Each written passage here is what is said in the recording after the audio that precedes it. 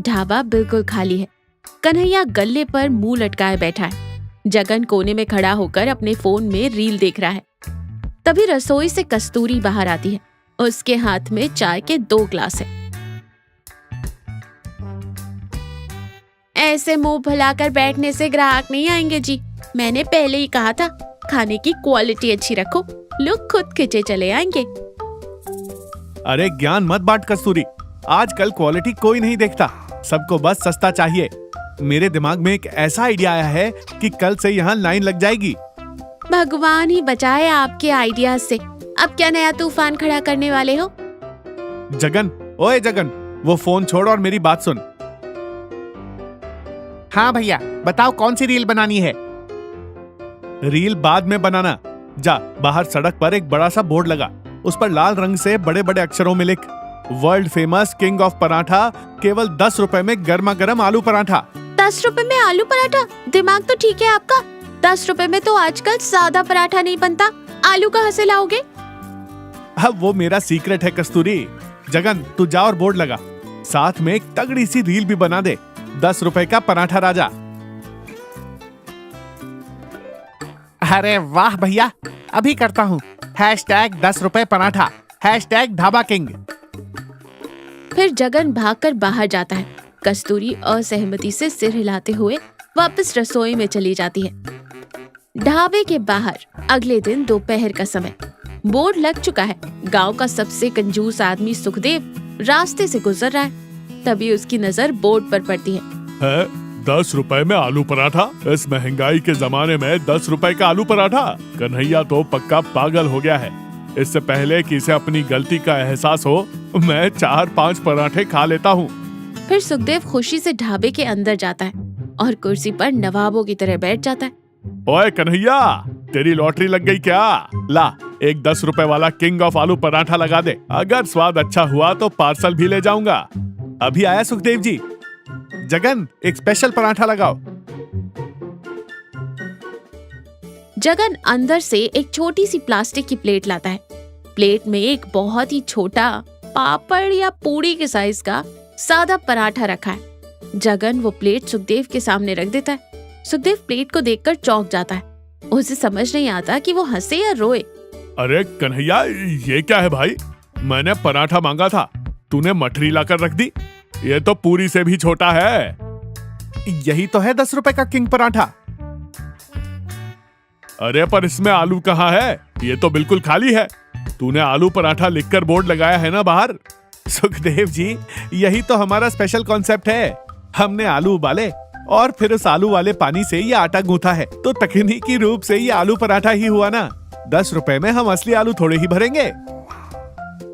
हाँ बाबूजी, इसका नाम है फील गुड आलू पराठा। आप आंख बंद करके खाइए, आपको आलू की फीलिंग पक्का आएगी। हे भगवान, इस कन्हैया ने तो मुझे भी ठग लिया। आलू के पानी का पराठा? तू नर्क में जाएगा कन्हैया। फिर गुस्से में जेब से 10 रुपए का नोट निकालकर मेज पर पटकता है और बड़बड़ाते हुए चला जाता है। कन्हैया और जगन जोर जोर से हंसने लगते हैं।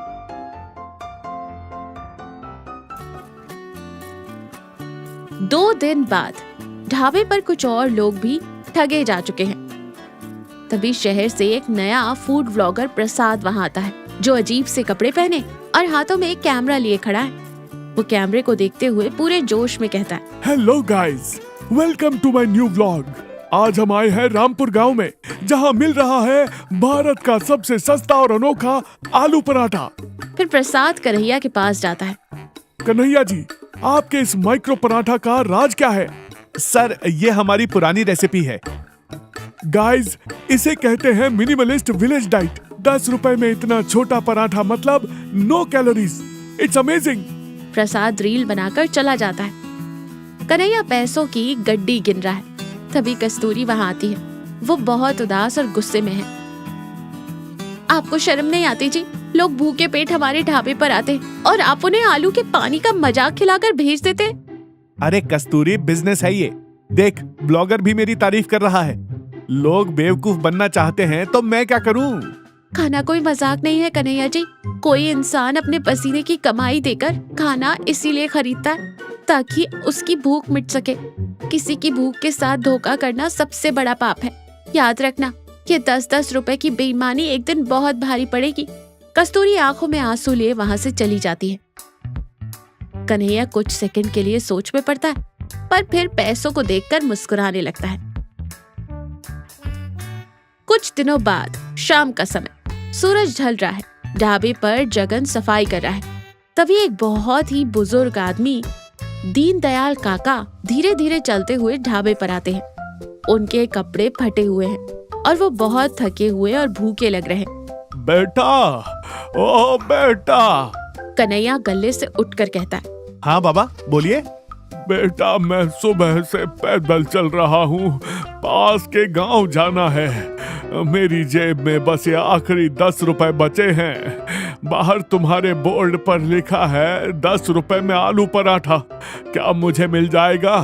मुझे बहुत जोर की भूख लगी है बेटा, चक्कर आ रहे हैं। कन्हैया एक पल के लिए रुक जाता है। उसे कस्तूरी की बातें याद आने लगती है। किसी भूखे के साथ धोखा करना पाप है। लेकिन इससे पहले कि कन्हैया कुछ बोले, जगन झट से रसोई से वो माइक्रो पराठा ले आता है। ये लो बाबा, 10 रुपए का किंग पराठा। काका के कांपते हाथ उस छोटे पराठे को उठाते हैं। वो उसे एक ही बार में मुंह में रख लेते हैं। काका की आंखों में अभी भी भूख की तड़प है। वो मासूमियत से कन्हैया की तरफ देखते हैं। बेटा, बोर्ड पर तो आलू पराठा लिखा था, पर मेरे पेट की आग तो वैसे की वैसी ही है। क्या मैंने इसे बहुत जल्दी खा लिया जो मुझे स्वाद नहीं आया? क्या 10 रुपए में इतना ही मिलता है आजकल? काका की ये मासूम और दर्द भरी बात सुनकर कन्हैया के पैरों तले जमीन खिसक जाती है। उसे अपने आप पर भयंकर घिन आने लगती है। उसे एहसास होता है कि उसने पैसों के लालच में इंसानियत खो दी है। कन्हैया की आंखों में आंसू आ जाते हैं। वो काका के हाथ से 10 का नोट वापस उनके हाथ में रख देता है। नहीं काका, ये तो जगन ने आपको सैंपल दिया था। असली पराठा तो अभी आ रहा है, आप बैठिए यहाँ। फिर भागकर रसोई में जाता है। वहाँ कस्तूरी खड़ी थी, जिसने सब कुछ सुन लिया था। कस्तूरी की आंखें भी नम थी, पर उसके चेहरे पर एक सुकून भरी मुस्कान है। उसने पहले से ही तवे पर एक बड़ा मोटा और असली आलू का पराठा डाल रखा है, जिस पर वो शुद्ध देसी घी लगा रही है। मुझे पता था मेरे पति का दिल इतना भी पत्थर नहीं हुआ है। ये ले जाओ। कन्हैया प्लेट में एक बड़ा और खूबसूरत आलू पराठा साथ में दही और अचार काका के लिए लेकर जाता है। ये लीजिए काका, हमारा असली किंग ऑफ आलू पराठा, खाइए। काका पराठा देखकर खुश हो जाते हैं। जीते रहो बेटा, भगवान तुम्हारे ढाबे में बरकत दे। और बहुत ही शांति से खुशी से पराठा खाते हैं। उन्हें संतुष्टि से खाते देख कन्हैया को पहली बार बहुत सुकून मिलता है, जो उससे उन झूठे रुपयों में नहीं मिला था।